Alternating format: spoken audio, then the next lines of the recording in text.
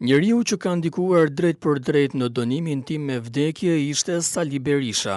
Kjo është deklarata dhe dëshmia rënqedhëse të dënuarit politik Hysen Shoshori, e transmetuar për herë të parë me pamje gjatë emisionit investigativ Gjungël në News 24.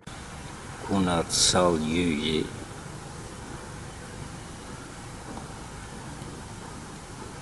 e mbushur me popull, një fytyrë që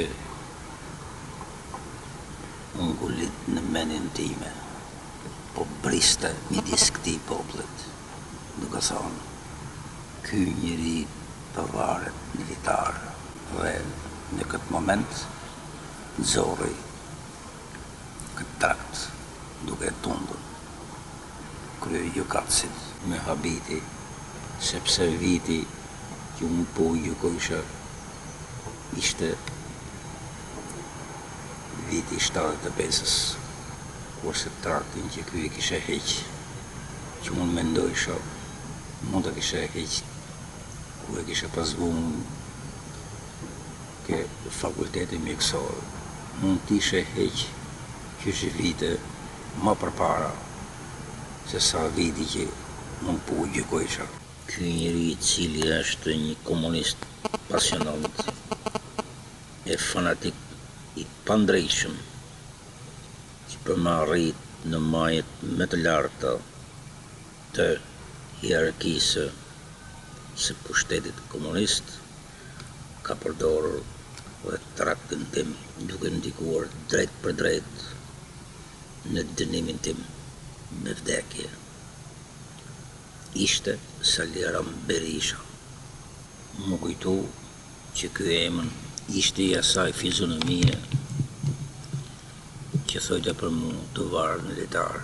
Unë mund t'ju them që asnjëherë nuk mund të harrohet bisha që të kafshon. Rrëfimi i tronditës i Hysen Shoshorit është një dëshmi e qartë se si transformoheshin intelektualët gjatë regjimit komunist, dhe njëkohësisht është një akuzë drejt për kryeministrin e vendit Sali Berisha, i cilësuar si antikomunisti më i vendosur në të gjithë vendet e lindjes, i cili për 13 vite me radhë shtypi dhe shpërndau i vetëm plot 41.100 trakte, ku bëi thirrje për rrëzimin e regjimit komunist të Enver Hoxhës, e arrestuar gjatë operacionit të sigurimit të shtetit të koduar me emrin Kafka.